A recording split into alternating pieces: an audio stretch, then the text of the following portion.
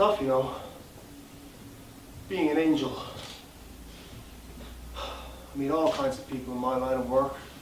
Rich people, poor people, happy, sad. They all have one thing in common. Each and every single one of them are in complete denial. They're dead. It's enough to drive an angel to drink.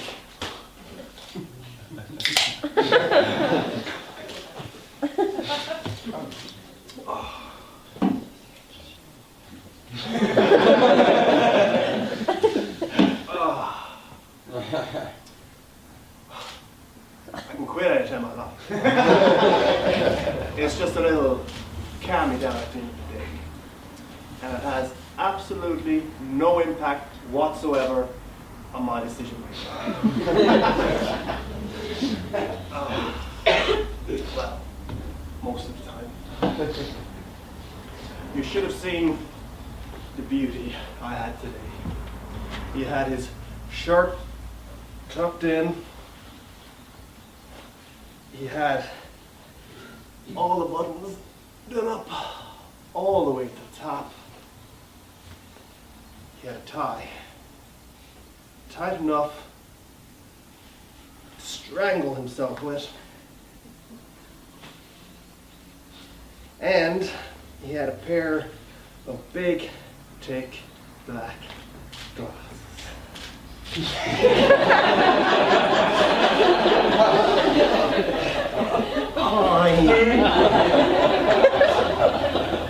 My name's Reggie.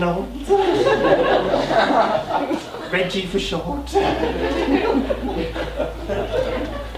I've been working for a company for 12 years now. I haven't had a pay rise in 12 years. I haven't had a promotion in 12 years.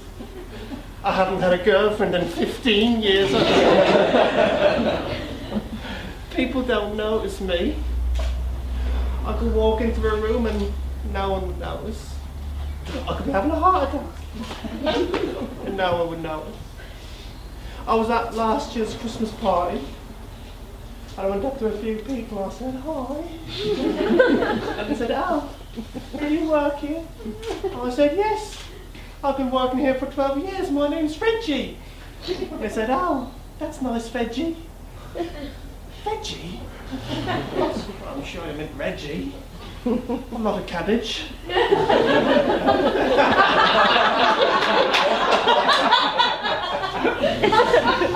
That's pretty much my life.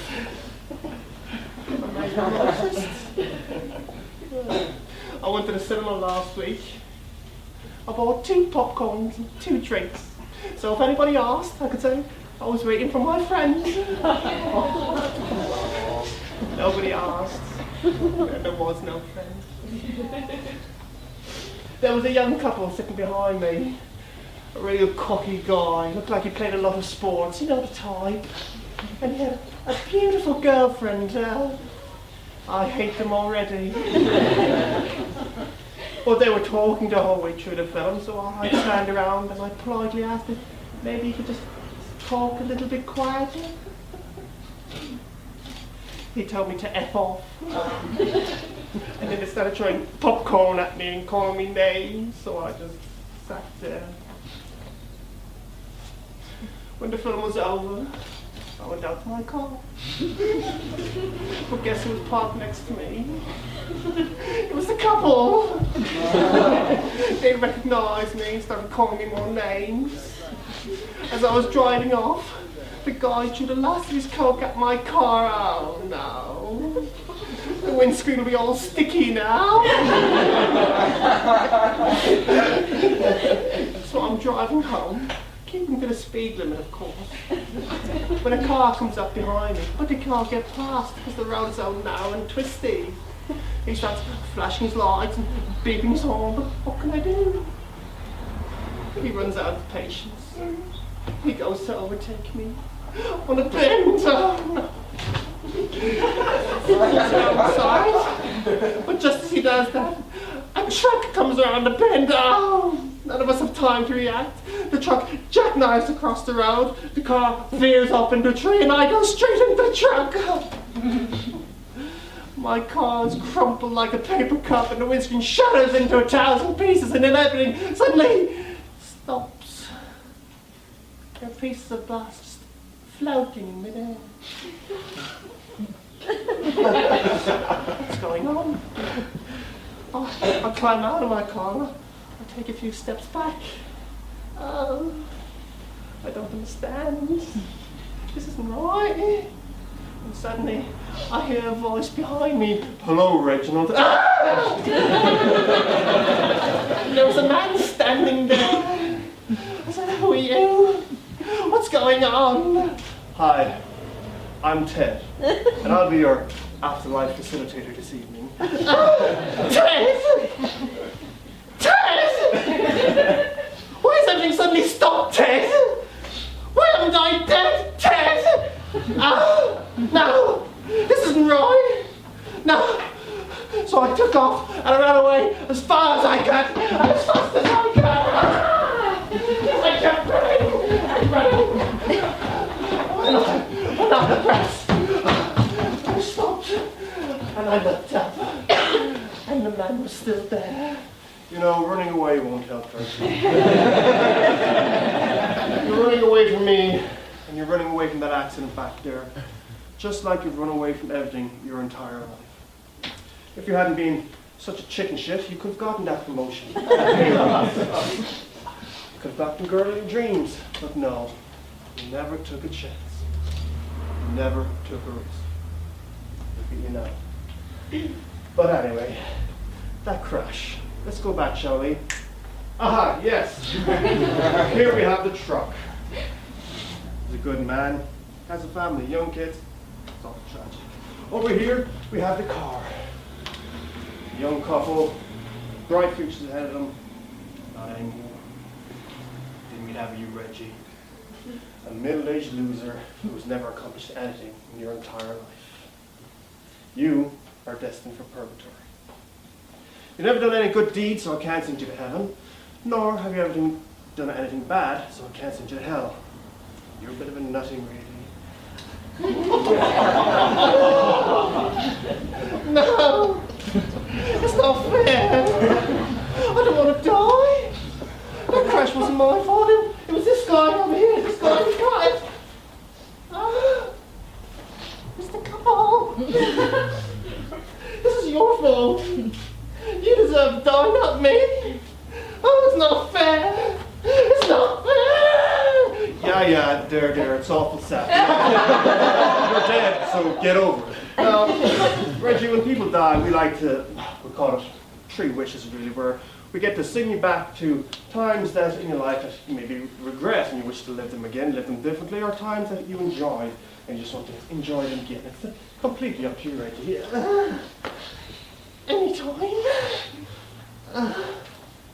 And send me back to when I was a young man and I traveled the world.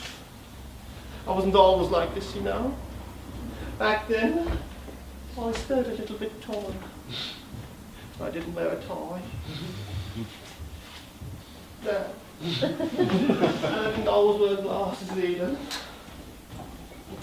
In fact, you could say,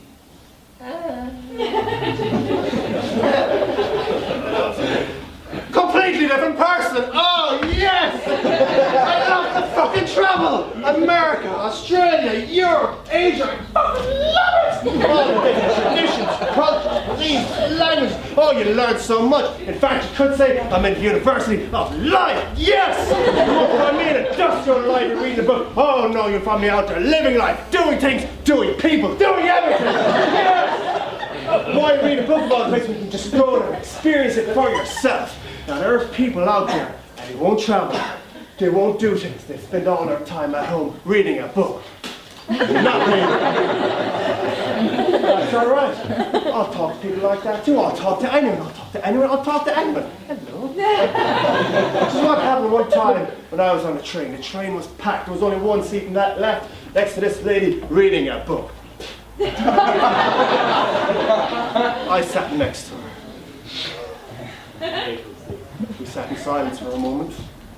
But I travel to talk, I travel to meet people, I need to fucking talk! So I said to her, where you going? Oh, Mexico City. Oh, Mexico City! I love Mexico City! Fucking brilliant! For some reason she didn't reply. So I thought I'd check out the book she was reading. What are you reading? Ah, this, that, and the other. Oh, this, that, and the other. I love this, that, and the other. What's it about? It's a love story. Oh, I love love stories. I travel, I do. I've been everywhere, ever. Go on, ask me where I've been. Where have you been? Everywhere. I can do the accents of loads of places as well. Go on, ask me anywhere at all. She said, the Scottish accent. Oh, I love the Scottish accent. It's like, g'day, mate. Crikey, throw shrimp on the bar, mate. She looked at me. That's the Australian accent. I think you'll find you're wrong. I've been to Scotland. It's near the equator.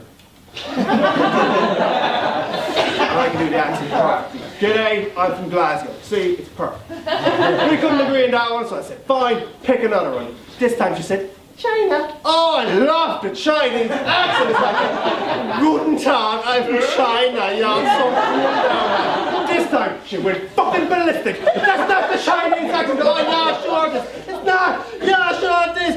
It's the German accent. Oh, nine.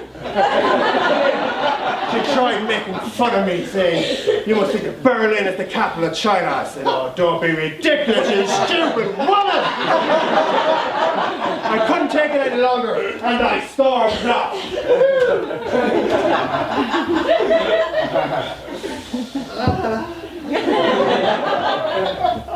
That woman, that argument. That's the reason I stopped talking to people. I didn't want to get in any more arguments. I chose myself. No. I think I need to hear something happy after that. So, I'd like to hear a song from my favourite country and western singer. Please, Mr. Angel.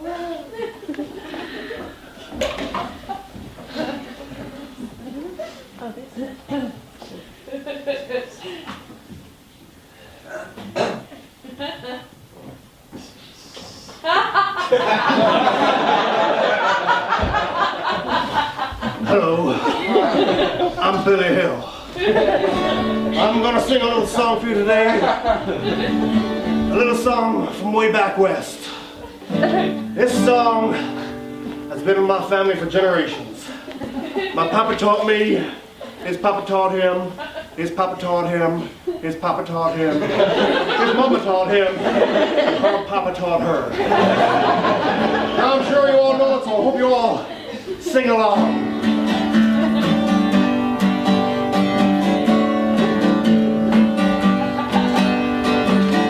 When I walk on by, all the girls say, damn, it's fly. I put him to the beat. Getting by my new freak. The girl, look at that body. Girl, look at that body. Girl, look at that body. Oh, work out. Look at that body. Girl, look at that body. Oh, work out. I got passion in my pants, and I ain't afraid to show it. I'm sexy and I know it. Sexy and I know it, yeah, I'm sexy and I know it. Sexy and I know it. When I'm at the mall, security can't fight them all. When I'm at the beach, I'm in my feels just tan my cheeks. Girl, look at that body. Girl, look at that body. Girl, look at that body. I'll work out. Girl, look at that body. Girl, look at that body. Girl, look at that body. I'll work out. I got passion in my pants. I ain't afraid to show it. 1, 2, 3, 4. I'm sexy and I know it. Sexy and I know it. Yeah, I'm sexy and I know it. Sexy and I know it. Yeah, I'm sexy and I know it.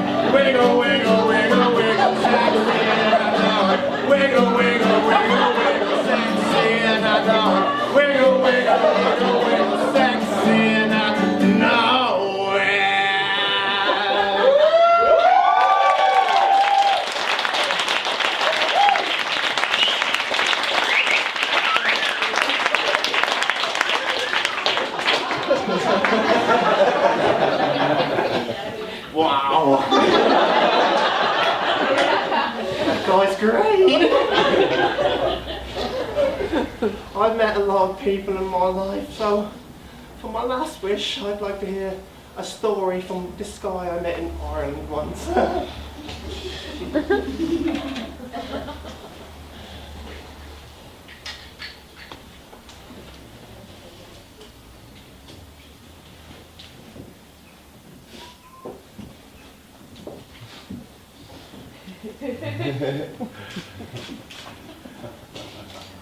How are ya? Steve here. Steve Hargan. From Kerry. Middle name Dave. Steve Dave Hargan from Kerry. It's a pretty easy name to remember, don't you think? Especially when you consider I'll answer to anything. You call me Steve, Steven, Steve-O, Stevie, bollocks. I'll answer to anything. Sure, I was walking down the street last week in the village and across the road I heard, "Yeah, bollocks, yeah." And I looked over, Sister Mary Francis, how you getting? Taking the old duck for a walk, I see. She had a pet duck, but she loved that too. "Don't talk to me, you bollocks." I thought, well, one bollocks is a greeting, but two, that's just a load of balls. You were supposed to take Paul Simon to his little... Oh, Jesus, sister, I forgot all about it. See, every year she likes to take the duck to somewhere nice for its birthday as a bit of a treat. Look, yeah, I know, she's batshit crazy, but you know, it keeps her happy.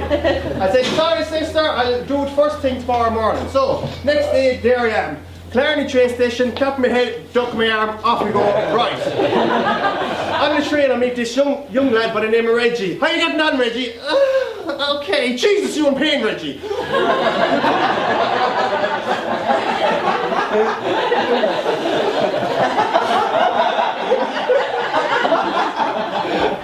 "You'll come with us to the zoo. It's just myself and Paul, he doesn't say much, so I could use the company. Good man yourself." There we are at Dublin Zoo. What do we do first, lads? Get an ice cream? Good man, Reggie, you'll have a super split yourself. Right. Off we go to the shop. Inside in the shop, I see a poster for a table quiz, and I think, Jesus, I'd love a fucking table quiz now to pass the time.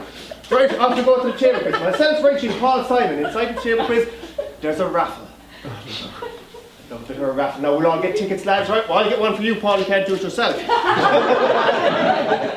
On the raffle tickets, you had to write your own names. So you know who you are, fair enough. Number 78, Steve Hart. Number 79, Paul Simon. Top prize was €50, and I thought, well, I can buy a lot of super spits for €50. Lo and behold, what number came out but number 79, Paul Simon. Don't you say a fucking word, Reggie. I'm Paul Simon, how are you getting on? Up I went to collect my prize. Oh, that's a lovely little duck you have there. Does it have a name? The duck's name, sure, it is Paul. Steve. Steve Hargan from Kerry. Middle name Dave. Wasn't just my luck, wasn't it? Fucking duck inspector at the raffle. I thought, Jesus Christ, he comes down to me. "Have you got a license for that duck?" "No, sure, it's not my duck. It belongs to Sister Mary Francis." "Well, you're going to have to get it." I said, "Fine, we'll get her on the phone." Rang her up, got the license number, lovely. He puts it into his little computer, comes up on the screen. Animal, duck, name, Paul Simon, oh, fuck. "I'm sorry, sir, I can only give the prize to the owner of a winning ticket." "But it's a duck." "I'm sorry, sir, but we can give the prize to the legal guardian of the duck, which is Sister Mary Francis." "No! That's an old bag!" And in a fit of rage, I punched the duck. Fuck you, Paul Simon! I punched the duck inspector, I punched the organisers, I punched everyone. A mass brawl broke out as I'm punching back. I was having a great time. Next thing the guards are called, I'm arrested. "What's your name?" "Steve! Steve Hargan from Kerry, middle name fucking Dave!"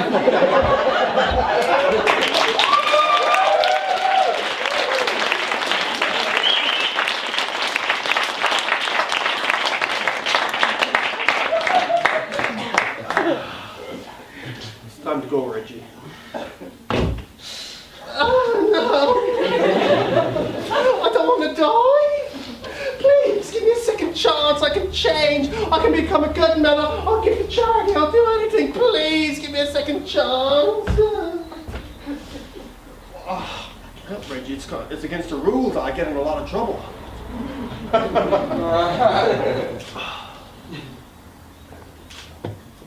maybe it does affect my decision making.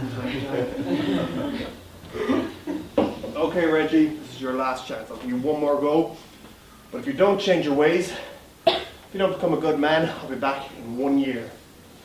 And I promise you, you will meet a tragic end with a parsnip and a spatula. You have 1 year, Reggie. 1 year. Hi. My name's Reginald. Reggie for short. It's a year later, and I got a new job. Working for Oxfam, helping people, I love it. And I met a girl, Priscilla, she's lovely. Sometimes we even hold hands. Life's great. I'm sexy and I know it. Wiggle, wiggle, wiggle.